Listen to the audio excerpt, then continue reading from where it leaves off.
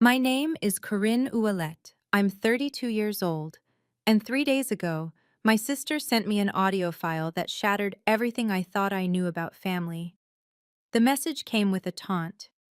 Guess who has a surprise for you? 4 minutes and 23 seconds. That's how long it took to destroy 32 years of believing I was loved. In the recording, my parents laughed about me. She really thinks we love her. What we love is her money. My father called me the naive one. My sister asked how long I'd keep paying. For 8 years, I gave my family $384,000. I thought I was being a good daughter. Turns out, I was just an ATM with feelings. Before I continue, if this story resonates with you, please take a moment to like and subscribe, but only if you genuinely want to hear what happened next. Where are you watching from right now? Drop your city and local time in the comments. I'd love to know who's here with me. Now, let me take you back 4 days to Tuesday night when my phone buzzed with a message that would change everything. Tuesday, 9:47 p.m. I was still at my desk on the 47th floor of Willis Tower, reviewing quarterly projections for Lakefront Capital Partners. The Chicago skyline glittered through floor-to-ceiling windows, but I barely noticed anymore. After 6 years at the firm, the view had become wallpaper. My phone lit up. Madison, I should explain something first. My life looked successful on paper. Senior financial analyst, $127,000 annual salary, corner of the open plan office with the best light. But every month, like clockwork, a significant portion of that salary vanished into my family's accounts. It started 8 years ago, 3 weeks after I landed my first real job. Mom called crying about an emergency. They needed $500 for a car repair. I transferred it within the hour, grateful I could finally help. That 500 became 1,000, then 2,400 every month for their mortgage in Naperville. Then Madison's tuition at DePaul, $78,000 over 4 years. Then living expenses because Dad's back injury forced early retirement. I never questioned it. Good daughters help their families. That's what I told myself every time I opened my banking app, every time I calculated whether I could afford dinner out with friends, usually no. Every time I renewed the lease on my 450 square foot studio apartment because saving for a down payment seemed impossible. $384,200. I know the exact number because I calculated it that night, sitting in my dim apartment, listening to my parents laugh about how easy I was to manipulate. But I'm getting ahead of myself. That Tuesday night, I was still the version of Corinne who believed she was loved. The version who saw Madison's name on her phone and smiled, thinking maybe her little sister just wanted to chat. I was wrong. Madison is 26.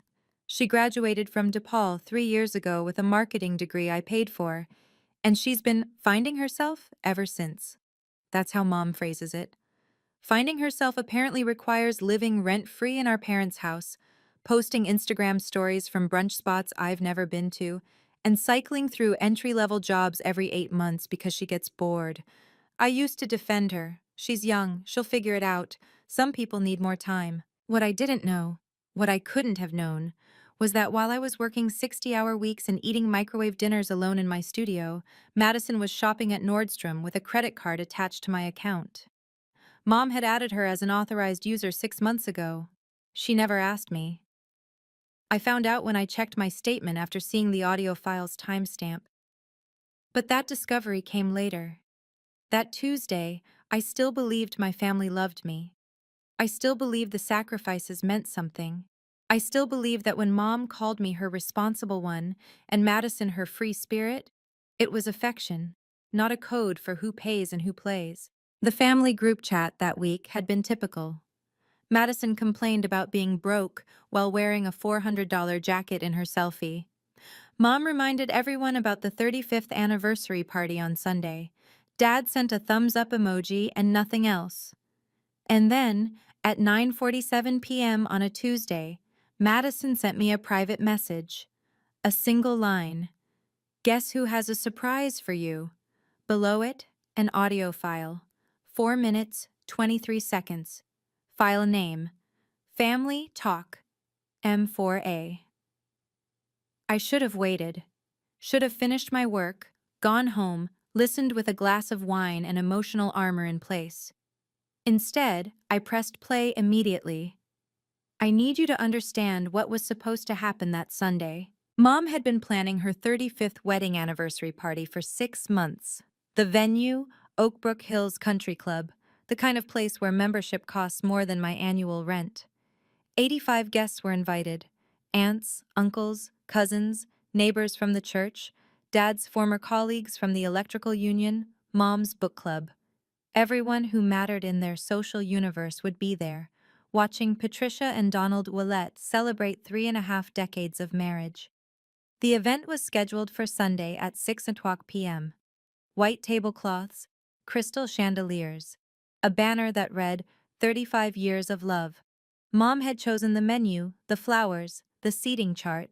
She'd chosen her dress, navy blue with pearl accessories, 3 months in advance. And she'd chosen the centerpiece of the evening, a speech from me, their eldest daughter, followed by the presentation of their special gift. Here's the thing. I didn't plan that gift. 2 weeks before the recording, I'd noticed a charge on my visa ending in 4721. Liberty Travel. $28,450. A 3-week European tour. Paris, Rome, Barcelona. Departing in October. When I called Mom to ask about it, she laughed. Surprise!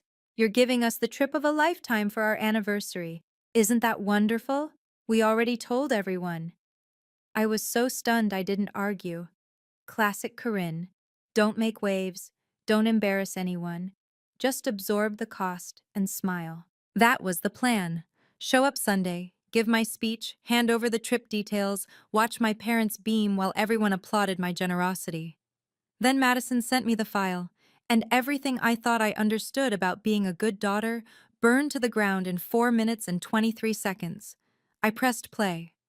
The recording was tinny, slightly muffled, captured on a phone hidden somewhere in our parents' kitchen, based on the background clatter of dishes. I recognized the space immediately. The echo off the old tile. The hum of the refrigerator Dad keeps saying he'll replace. Mom spoke first. She really thinks we love her?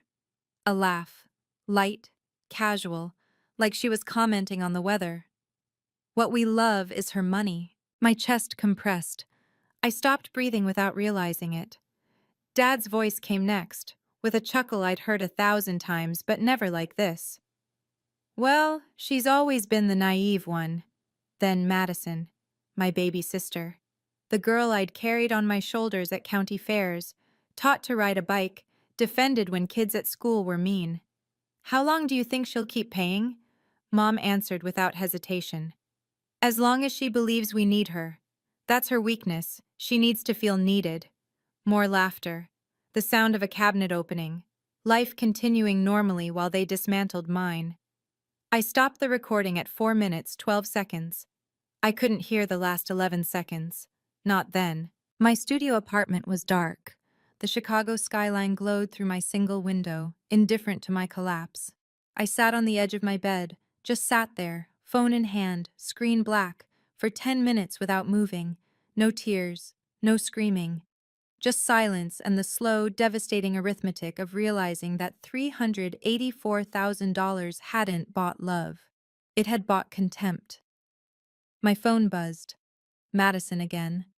Did you listen? I stared at her message for a long time, then I typed back 4 words. So do I. I hit send, and something in me shifted. I didn't sleep that night. Instead, I listened to the recording 3 more times, taking notes on my laptop like I was preparing a financial audit. Which, in a way, I was. Every word, every laugh, every casual cruelty, I documented it all. Then I opened my banking app. 8 years of transactions, thousands of line items. I created a spreadsheet at 1 o'clock a.m., categorizing every transfer I'd ever made to anyone with my last name. Mortgage payments, $230,400. Madison's tuition, $78,000.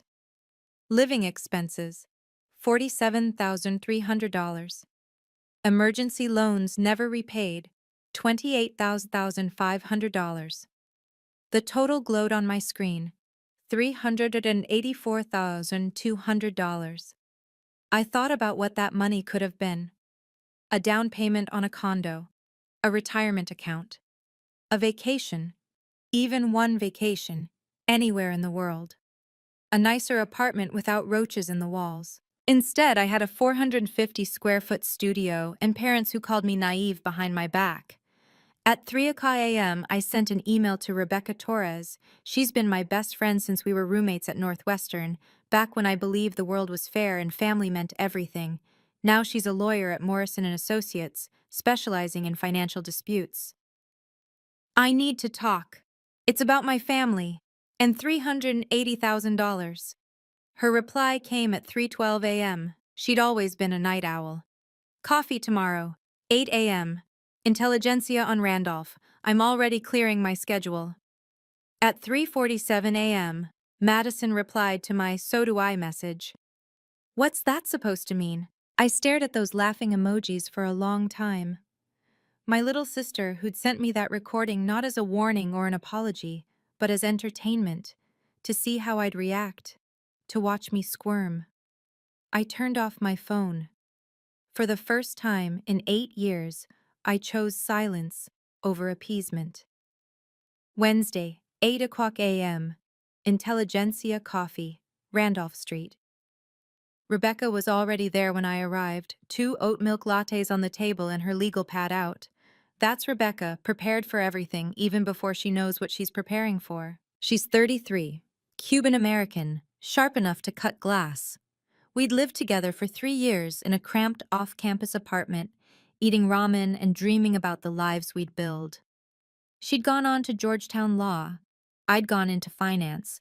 She'd never once asked me for money. "Play it," she said before I even sat down. I did. Rebecca listened with her lawyer face on, neutral, analytical, giving nothing away. When it finished, she sat back and let out a long breath. Financial exploitation within a family context. It's more common than you'd think, but that doesn't make it less devastating. She reached across the table and squeezed my hand. "I'm so sorry, Corinne." "Is it?" I hesitated. "Is the recording legal?" Madison made it, in their house. Illinois is a one-party consent state for recordings. Madison was present, so technically she consented by being there. It's admissible if you ever needed it to be. Rebecca pulled out her phone. "Send me the file. I want to check the metadata." I airdropped it to her. She opened it in some app I didn't recognize, scrolling through data. Timestamp shows last Sunday at 2:34 p.m. No signs of editing or splicing. This is authentic. The word hit me like a physical blow. Authentic. My parents' contempt, verified by metadata. What do I do? Rebecca looked at me with the steady gaze that made her a terrifying opposing counsel. "First, you freeze that credit card, today. Then you cancel that trip they booked without permission. And then?" She paused. "Then you decide what you want to happen next." Thursday, 8 a.m. I called Chase Bank from my desk at work, keeping my voice low and professional while my heart hammered against my ribs. "I need to freeze the visa ending in 4721, immediately." The representative asked security questions. I answered on autopilot. Yes, my mother's maiden name. Yes, the street I grew up on. Funny how family details become passwords, little keys to doors they can no longer open. "Your card is now frozen, Ms. Willett. Is there anything else?" 8:15 a.m. Liberty Travel. "I need to cancel reservation number LT2847591, a European tour booked under Patricia Ouellette." "I see that reservation, ma'am. Are you the card holder?" "Yes, Corinne Ouellette. The charge was made without my authorization." A pause. Keyboard clicking. "I can process that cancellation. You're within the 72-hour modification window, so you'll receive a full refund."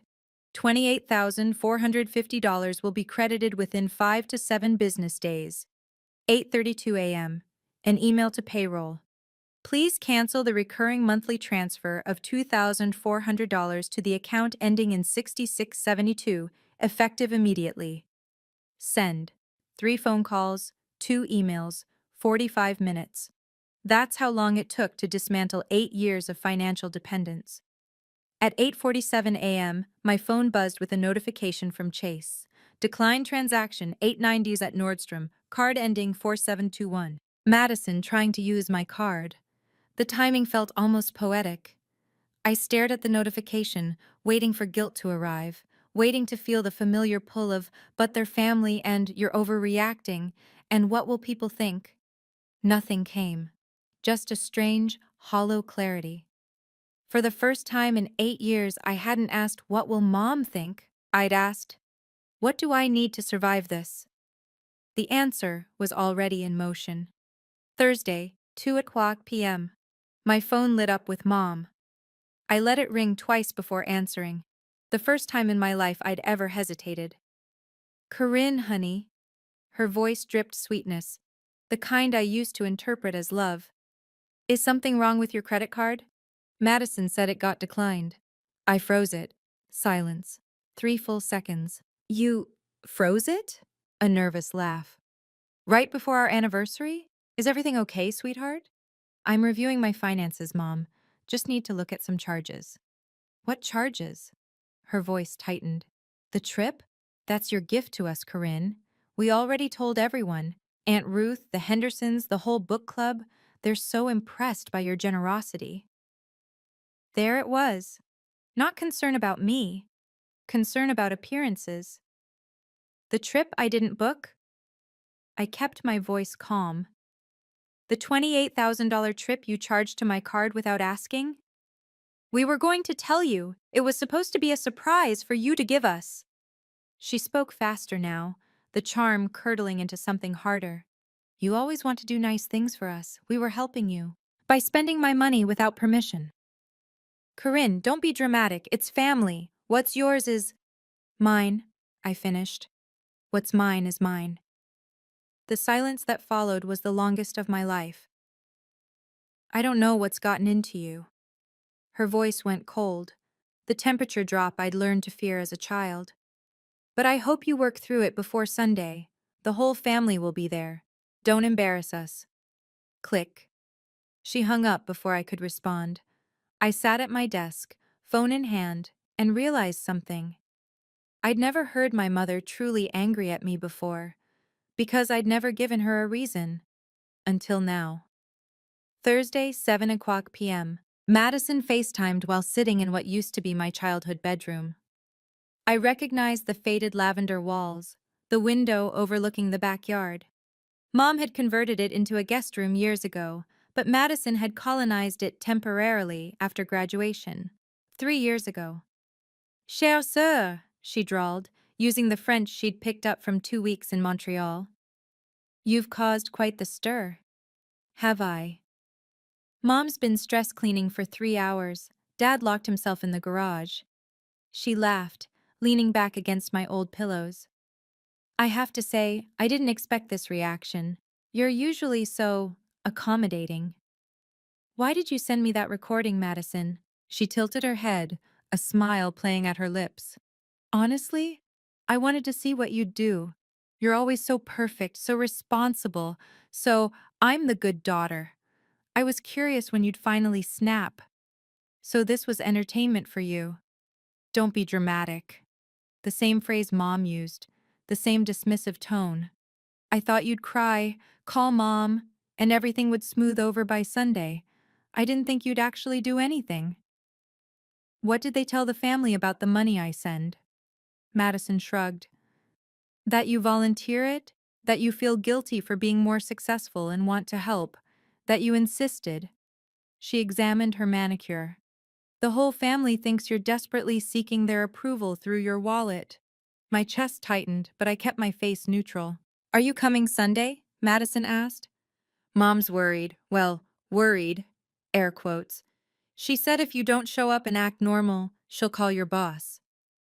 Mr. Harrison, tell him you're having a mental breakdown and the family's concerned. I ended the call without saying goodbye.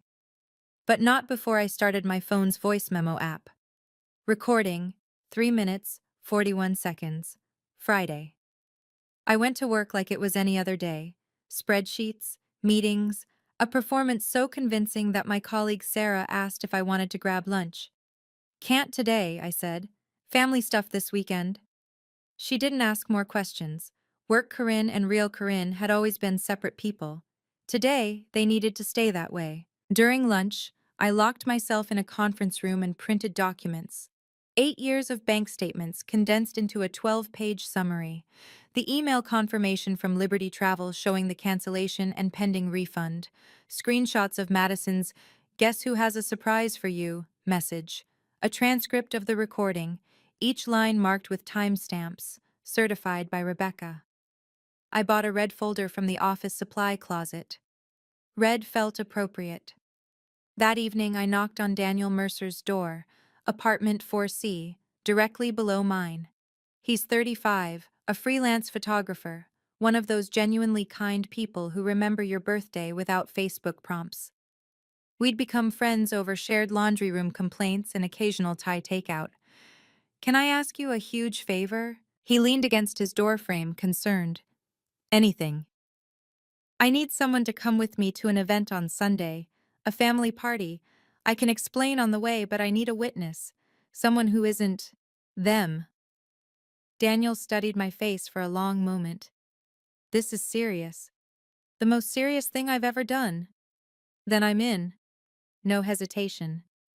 "What time do we leave?" We agreed on 5 o'clock p.m. Sunday. As I turned to go, he handed me a business card. "My therapist, Dr. Ellen Park. Whatever happens Sunday, you should talk to someone professional afterward. Not because you're broken, because this stuff leaves marks." I took the card. "Thank you for not telling me to forgive and forget." "Some things," Daniel said quietly, "shouldn't be forgotten." Saturday. My phone became a battlefield. 900 a.m. Aunt Ruth. "Corinne, sweetheart, your mother called. She's devastated. Whatever happened, I'm sure it's a misunderstanding. Family forgives, dear. That's what we do." 11:30 a.m. Uncle Frank. "Hey, kiddo, your dad mentioned you're having some financial troubles. Need a loan? I can wire you a few hundred to get through the month." Financial troubles. That's how they'd framed it. 2 o'clock p.m. Cousin Lisa. "Is it true you're not coming to the anniversary? Everyone's talking about it. Mom says Aunt Patricia's been crying all day." 4:30 p.m. Grandmother's landline. "Corinne, this is Grandma. I don't understand what's happening, but your mother is very upset. Please don't make a scene tomorrow. The family's reputation." I listened to each message without responding. The narrative was already solidified. Corinne was having a breakdown. Corinne was being selfish. Corinne was jeopardizing the family's special day because she had issues. Mom had worked fast. In 36 hours, she'd contacted every relative, seeding a story that painted her as the victim and me as the unstable daughter who needed managing. But then, at 6:47 p.m., a different message arrived. Grandma again, but this time on my voicemail. A private message, not the performative call she'd made earlier. "Corinne, it's Grandma. Alone this time." Her voice was quieter, older. "I don't know the whole story, and your mother, Patricia, has always had her ways. Whatever you're planning, just be careful, and know that I've always seen more than I've said." I saved that message. Something about it, the acknowledgement that my grandmother knew my mother wasn't perfect, cracked something in my chest. Not doubt, relief. One person in that family, at least, could see the truth. I just had to make sure the others saw it too. Sunday, 10 o'clock a.m. 8 hours before the party. Mom called. This time I answered immediately. "Corinne, no sweetness now, no honey, just steel wrapped in velvet. I'm going to give you one last chance. I'm listening. You will come to the party.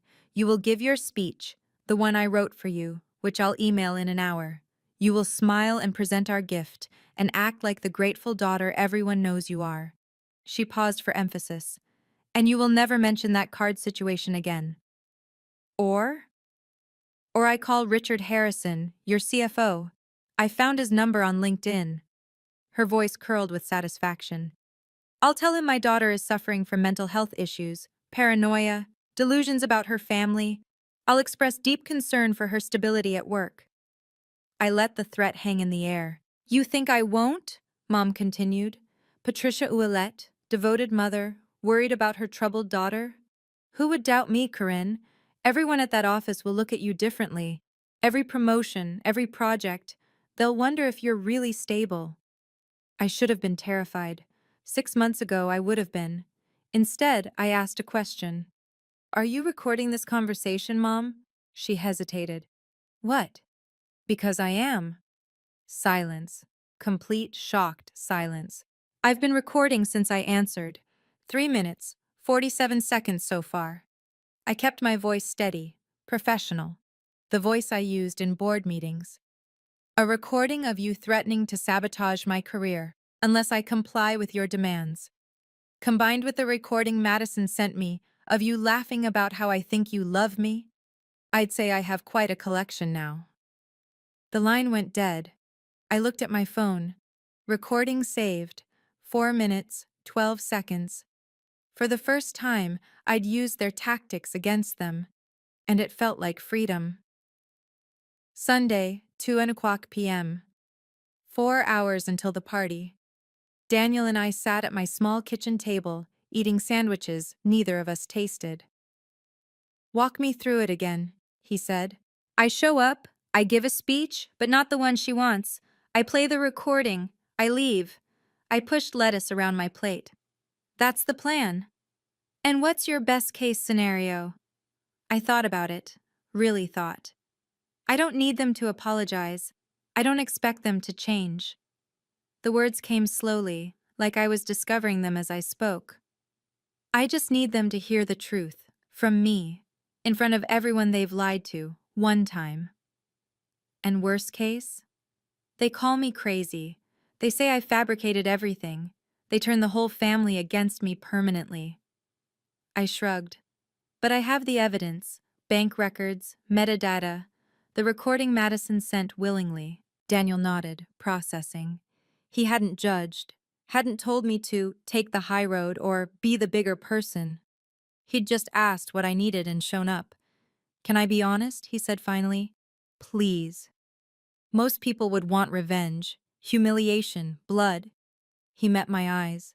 "You just want to be heard. That's actually really healthy. Messed up situation, healthy response." I laughed, the first real laugh in days.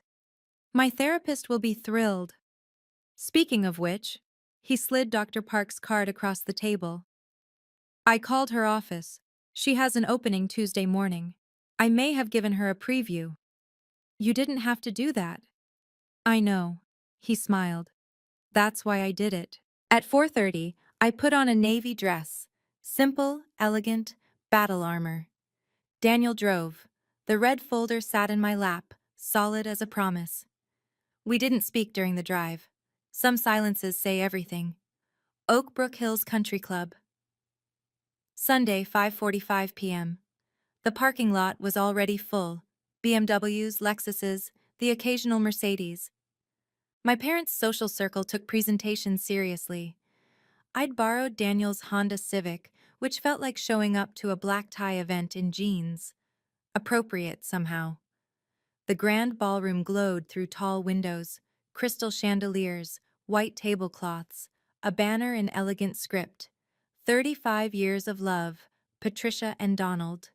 10 round tables, 85 guests, flower arrangements that probably cost more than my monthly grocery budget.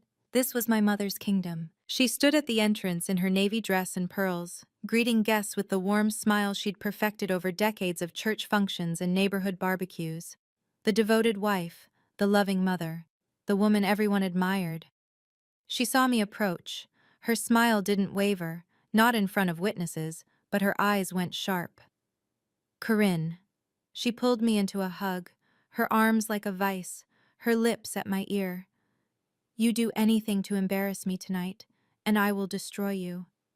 I hugged her back, keeping my voice equally low. You've been doing that for 8 years, Mom.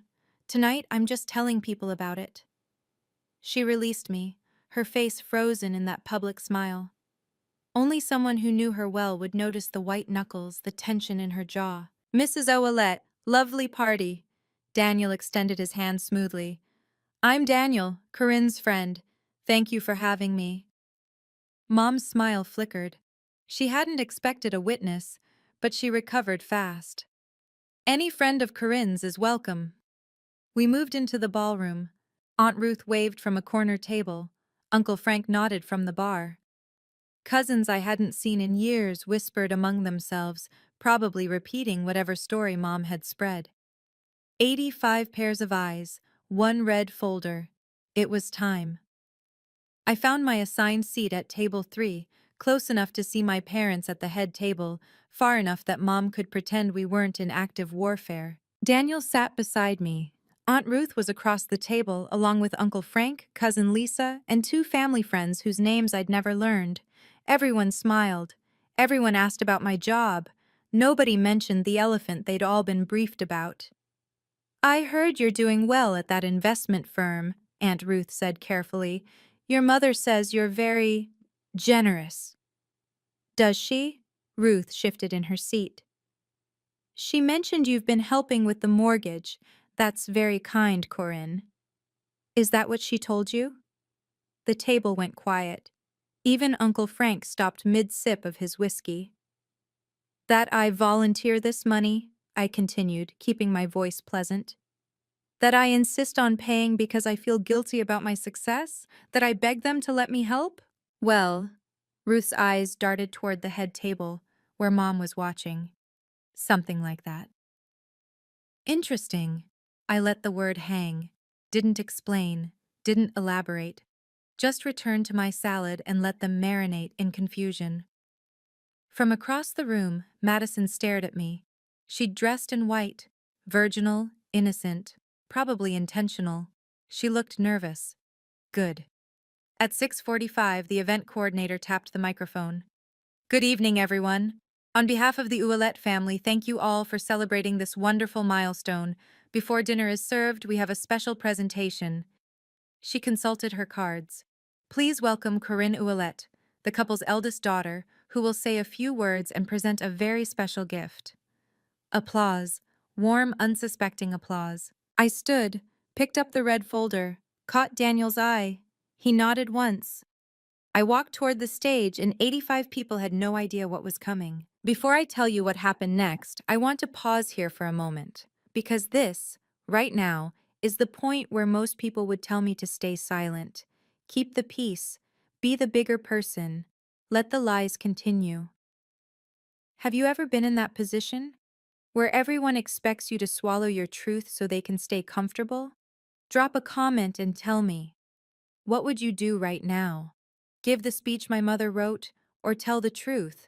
If you're still here with me, hit that like button. Not for the algorithm. For every person who's ever been told their pain doesn't matter because it's family. Okay, let me tell you what I said when I reached that microphone. The microphone was cool in my hand, the spotlight warm on my face. I looked out at the crowd, aunts and uncles who'd watched me grow up, neighbors who'd attended my high school graduation, strangers who only knew the version of Corinne my parents had marketed. The dutiful daughter, the generous one. Thank you all for being here tonight. My voice came out steady, surprising, given the earthquake happening inside my chest. 35 years of marriage is an incredible milestone, and I have so many memories of this family. I paused. Summer camping trips, Christmas mornings, Dad teaching me to change a tire in the driveway. I saw my parents relax slightly. This sounded right. This sounded like what Mom had scripted.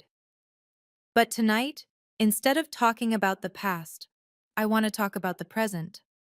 I took a breath. About what family really means.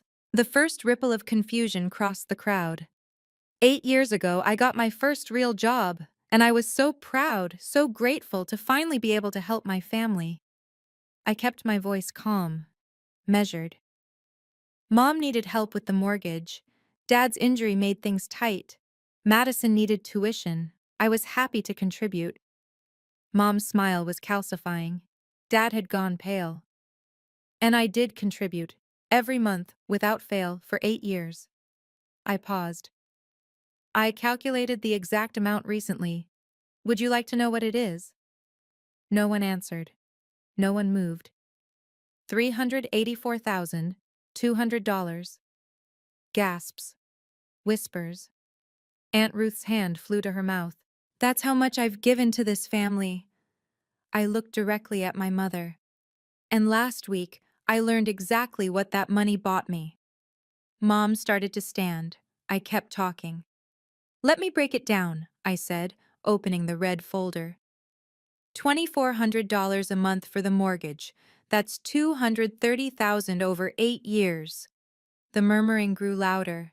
People were doing mental math, expressions shifting from polite interest to genuine shock. $78,000 for Madison's tuition at DePaul. I glanced at my sister, who had frozen mid-reach for her water glass. You're welcome, by the way. Corinne, Mom's voice cut sharp across the ballroom.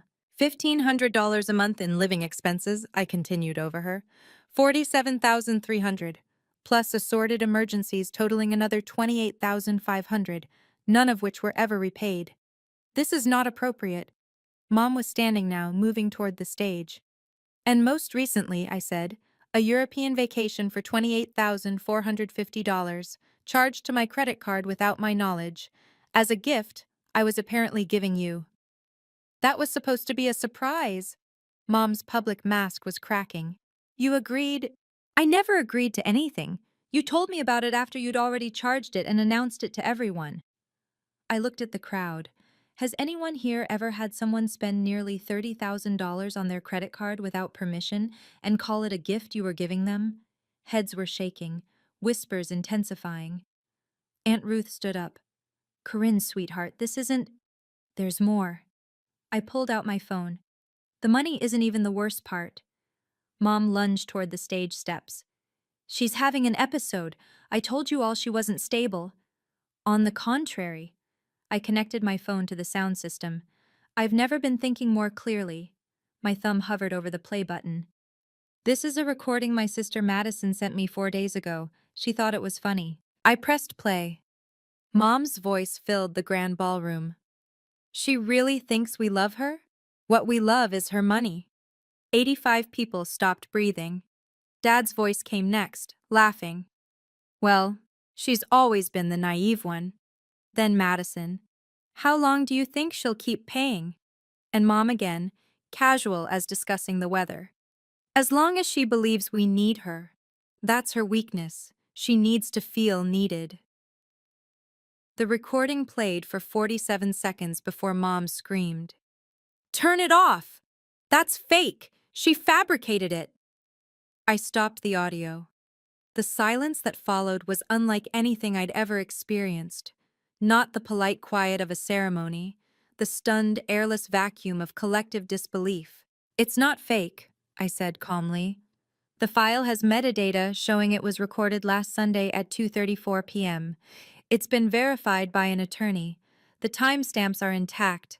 There's no editing, no splicing. I looked at Madison, still frozen at her table. And Madison, would you like to tell everyone who recorded this? Who sent it to me with the message, "Guess who has a surprise for you," and a gift emoji? Every head turned toward my sister. She opened her mouth, closed it. Tears started streaming down her face. Whether from guilt or the realization that she'd just become collateral damage in her own sabotage attempt, I couldn't tell. Madison? Uncle Frank's voice was hoarse. Is this true? She didn't answer. She couldn't. I looked at my mother. She stood at the foot of the stage, mascara beginning to run, the perfect facade finally crumbling. You wanted me to give a speech tonight, I said. Consider this my speech. I told the truth, something this family has never done with me. The red folder sat open on the podium. $384,000 worth of receipts, and one devastating recording. The room erupted. Mom charged up the stage steps. "You ungrateful! You're ruining everything! I'm not ruining anything." I stepped back, keeping the podium between us. "I'm just not hiding it anymore. That recording is a lie. We never. Mom?" My voice cut through her panic. 85 people just heard your voice. You said my name. You laughed about me. Dad stood up from the head table, face crimson. "Corinne, this is our anniversary. And you called me naive, Dad. You laughed while Mom said you only love my money." I met his eyes. "Was that funny to you?" He had no answer. Madison bolted from the room, sobbing. One of her friends chased after her. The crowd had begun to fracture. Some people stood frozen, others whispered urgently to neighbors. Uncle Frank pushed back from his table and walked straight toward my mother. "Patricia, is what she's saying true? About the money?" Mom's mouth worked soundlessly. "Is it true? It's it's more complicated than that." "How much?" Frank's voice was rising. "How much have you taken from her?" "I didn't take anything. She offered $384,000. I held up the summary sheet. 8 years of bank records. Every transfer, every emergency, it's all documented. From the corner, a voice I didn't expect. Grandma, still seated, speaking with quiet clarity. "Patricia, you told me Corinne insisted on paying because she felt guilty. You told me she begged you to take the money." Mom spun toward her. "Mother, stay out of this." "I will not." Grandma's eyes were hard. "I spent 60 years building this family's reputation, and you've been lying to all of us." Something cracked in Mom's expression. For the first time in my life, I saw her without a script. The chaos continued swirling. Voices, accusations, the scrape of chairs. But I found a strange pocket of calm at the center of it all. I picked up the red folder and stepped down from the stage. "I'm not here for revenge," I said, loud enough for those nearby to hear. "I'm here to set a record straight." Mom intercepted me at the foot of the stairs. Up close, I could see the panic beneath her rage, the desperate calculation of someone watching their carefully constructed world collapse. "You've destroyed this family," she hissed. "No, I've told the truth about it." I looked at the scattered guests, some leaving, some clustering in shocked conversation, some watching us like we were a car accident they couldn't look away from. "I want to be clear about something," I announced to whoever was still listening. "I'm not asking for repayment. I'm not suing anyone. I'm not trying to punish." I placed the red folder on the nearest table. "I'm simply done. No more monthly transfers. No more emergency loans. No more credit cards used without permission." I paused. If my parents need genuine help in the future, real help, not luxury vacations and shopping sprees, I'm willing to have a conversation. But it will be an honest one. The first honest conversation this family has ever had. Dad sank into the nearest chair, head in his hands. Mom stood rigid, vibrating with fury she couldn't express in front of witnesses. I turned to Grandma. "I'm sorry this happened at a party," I said quietly. "But it was going to happen somewhere. At least now you know." She reached out and squeezed my hand. Her grip was stronger than expected. "I know," she said. "I should have known sooner. I'm sorry I didn't." I kissed her cheek, then I walked toward the exit. The evening air hit my face like cold water. Daniel was right behind me, silent and solid. We crossed the parking lot without speaking, gravel crunching underfoot, the sounds of the party, raised voices, someone crying, fading behind us. I didn't look back. We'd almost reached his car when someone called my name. "Corinne, wait." Grandma stood at the country club entrance, leaning on her cane. The walk across the parking lot had cost her.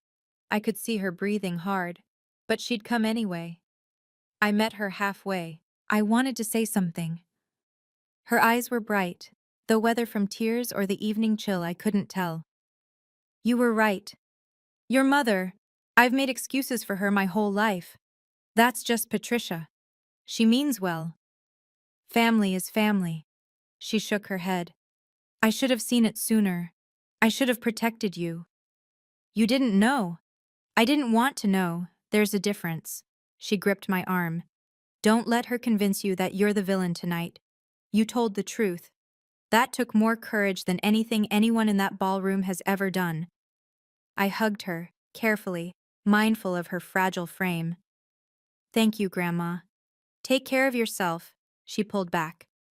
And don't answer your phone for a few days, trust me. I laughed, despite everything. Sound advice. Daniel and I drove away as the sun set over Oakbrook. In the rearview mirror, I could see people trickling out of the country club, clustering in confused groups, probably trying to process what they'd witnessed. How do you feel? Daniel asked. I thought about it. Really thought. Like I've been holding my breath for 8 years, I said finally. And I just exhaled. The Chicago skyline glittered ahead. For the first time, it felt like home.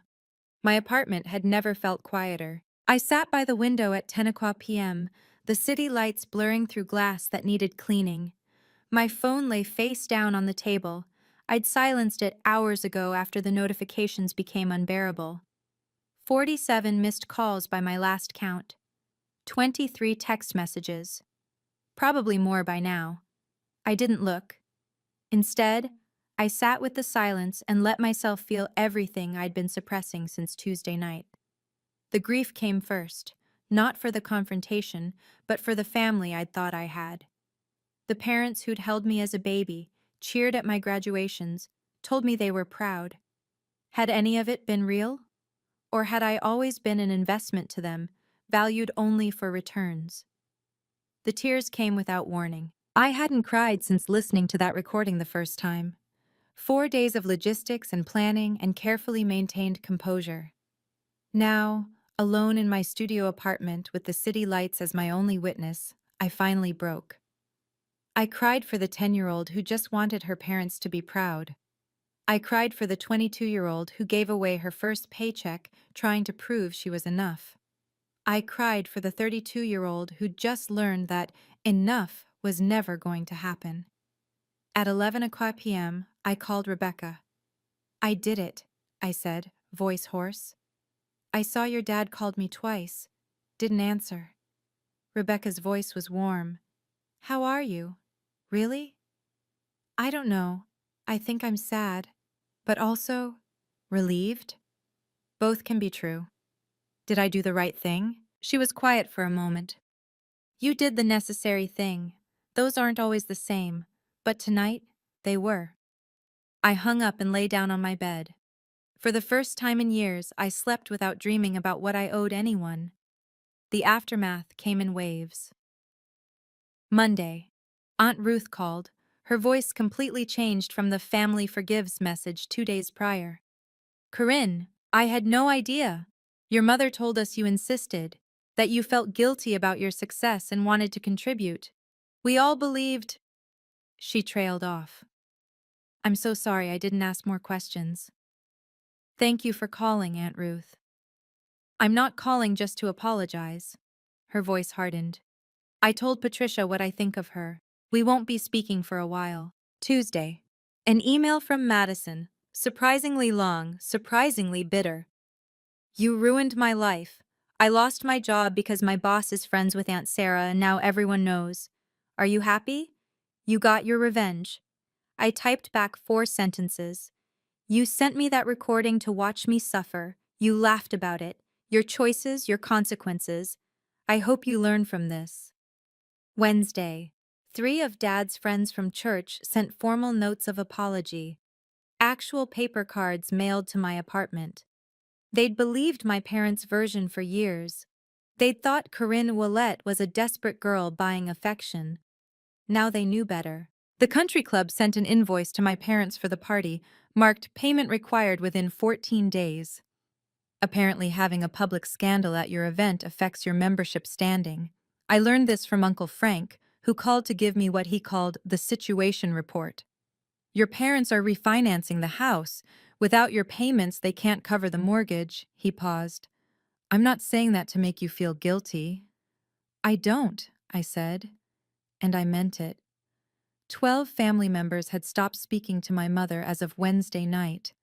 I kept count, not for satisfaction, but for proof that the truth had consequences. 2 weeks after the party, Mom posted on Facebook a carefully crafted paragraph about family struggles and respecting privacy during difficult times.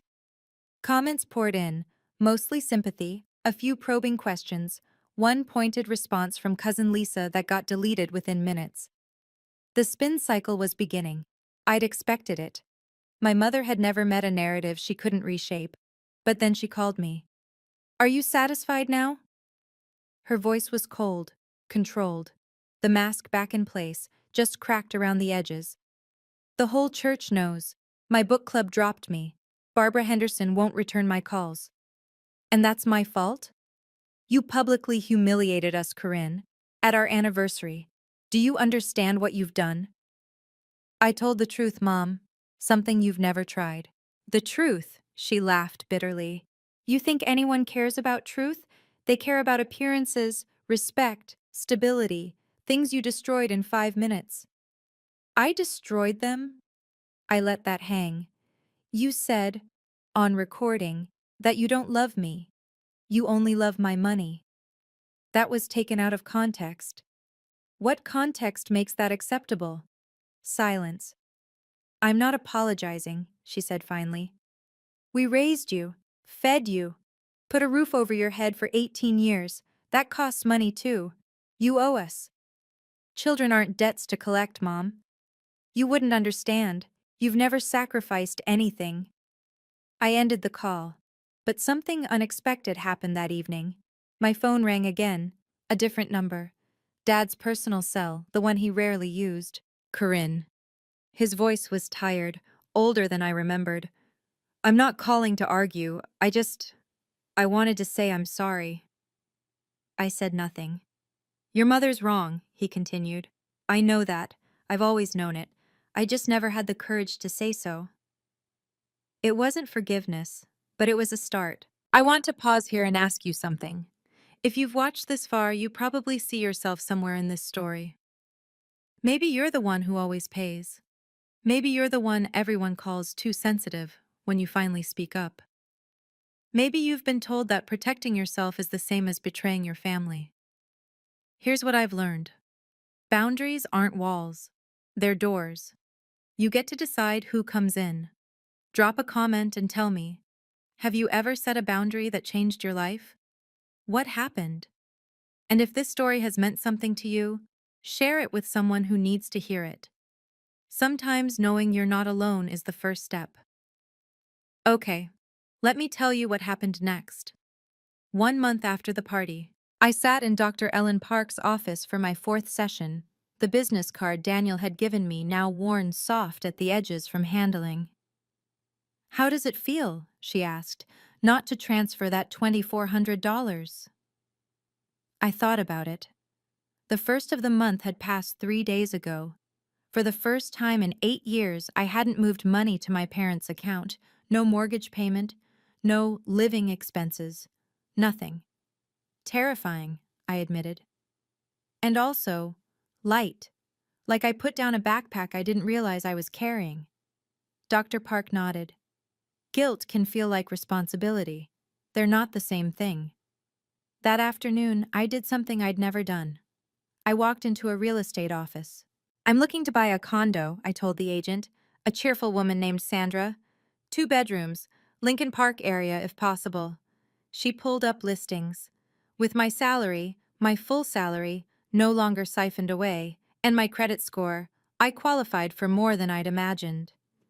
You could be in a place by spring, Sandra said. Let me show you some options. I looked at pictures of sunlit kitchens and balconies overlooking tree-lined streets, spaces that were mine, truly mine. No one else's name on the deed, no one else's expectations built into the walls. That evening, Daniel and Rebecca came over for dinner. I cooked, actually cooked, not microwaved, for the first time in months. To new beginnings, Daniel said, raising his glass. Rebecca clinked hers against it. To Corinne, who finally chose herself. I looked around my tiny studio, soon to be traded for something bigger. These two people, friends who'd shown up without conditions, without invoices, they were my family now. The blood kind was optional. This kind was chosen. 3 months after the party, Dad sent an email. Not a text, not a call, an email, like he needed the distance of written words to say what he couldn't speak aloud. Corinne, I've been thinking a lot about the last 32 years, about the kind of father I was and the kind I should have been. I always knew your mother went too far. I knew the money situation was wrong. I knew you were being used. And I said nothing. I told myself it was easier to stay quiet than to fight her. I told myself you seemed fine, so it must be okay. Those were lies I told myself so I could sleep at night. I don't expect forgiveness. I don't deserve it. But I want you to know that I love you, not for your money, for you. I should have said that a long time ago. If you're willing, I'd like to see you, without your mother, just to talk.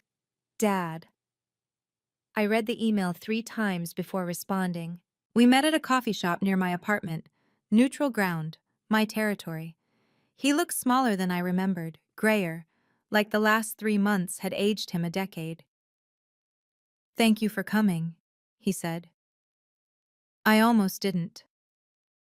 We sat in silence for a moment. Then he started talking. Not excuses, acknowledgements. He talked about his own father, who'd never said I love you once. He talked about marrying Patricia because she seemed strong and certain, everything he wasn't. He talked about watching her control the family finances and telling himself it wasn't his business. None of that makes it right, he finished. I just want you to understand why, even if understanding doesn't change anything. I can have a relationship with you, I said carefully, but not if Mom's part of it. He nodded slowly. I understand. 6 months after the party, Mom never apologized. I didn't expect her to. Through the family grapevine, mostly Aunt Ruth, who'd become my unexpected ally, I learned she'd rewritten the story entirely. In her version, I'd had a mental breakdown, stress from work, probably.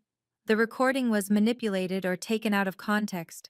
She was the victim of an ungrateful daughter who turned on her own mother over a misunderstanding. Some people believed her. That was fine.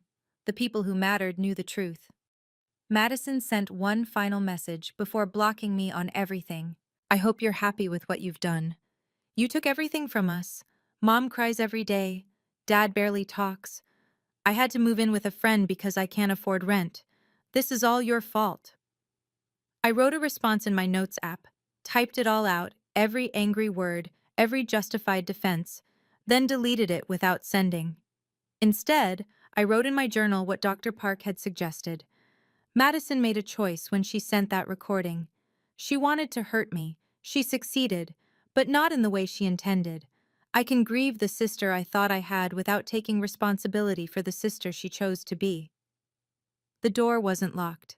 If Madison ever wanted to have an honest conversation, a real one, with accountability and growth, I'd listen, but I wasn't going to chase her. I'd spent 32 years chasing my family's approval. I was done running.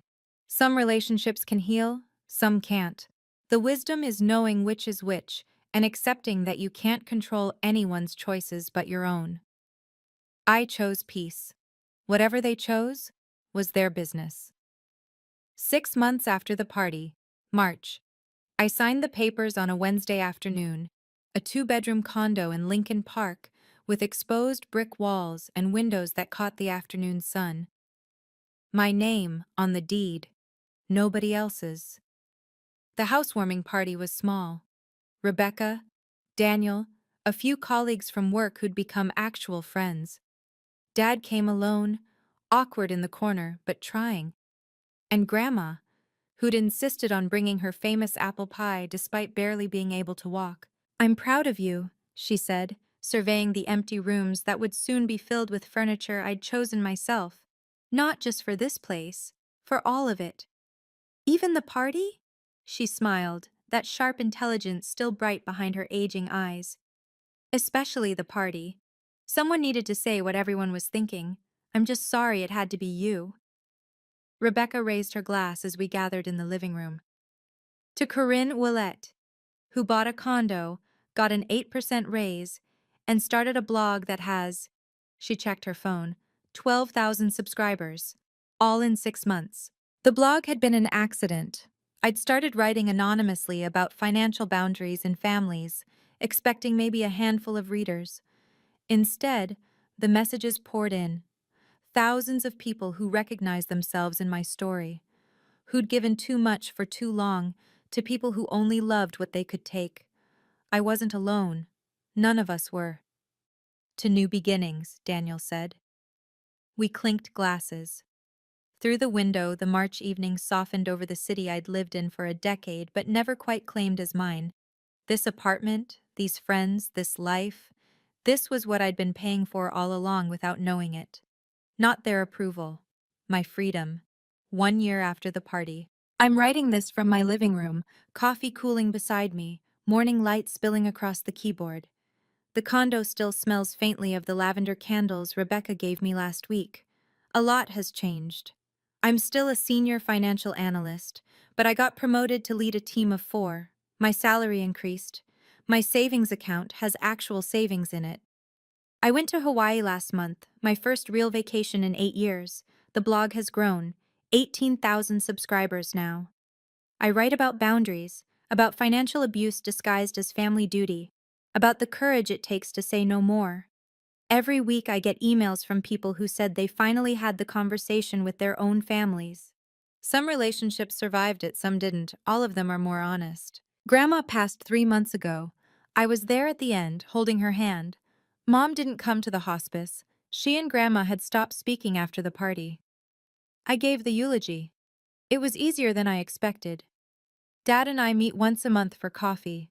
It's not the relationship I dreamed of as a child, but it's real. He's in therapy now, working through his own history of silence and avoidance. We don't talk about Mom unless he brings it up, which is rare. Madison is still out there somewhere, still not speaking to me.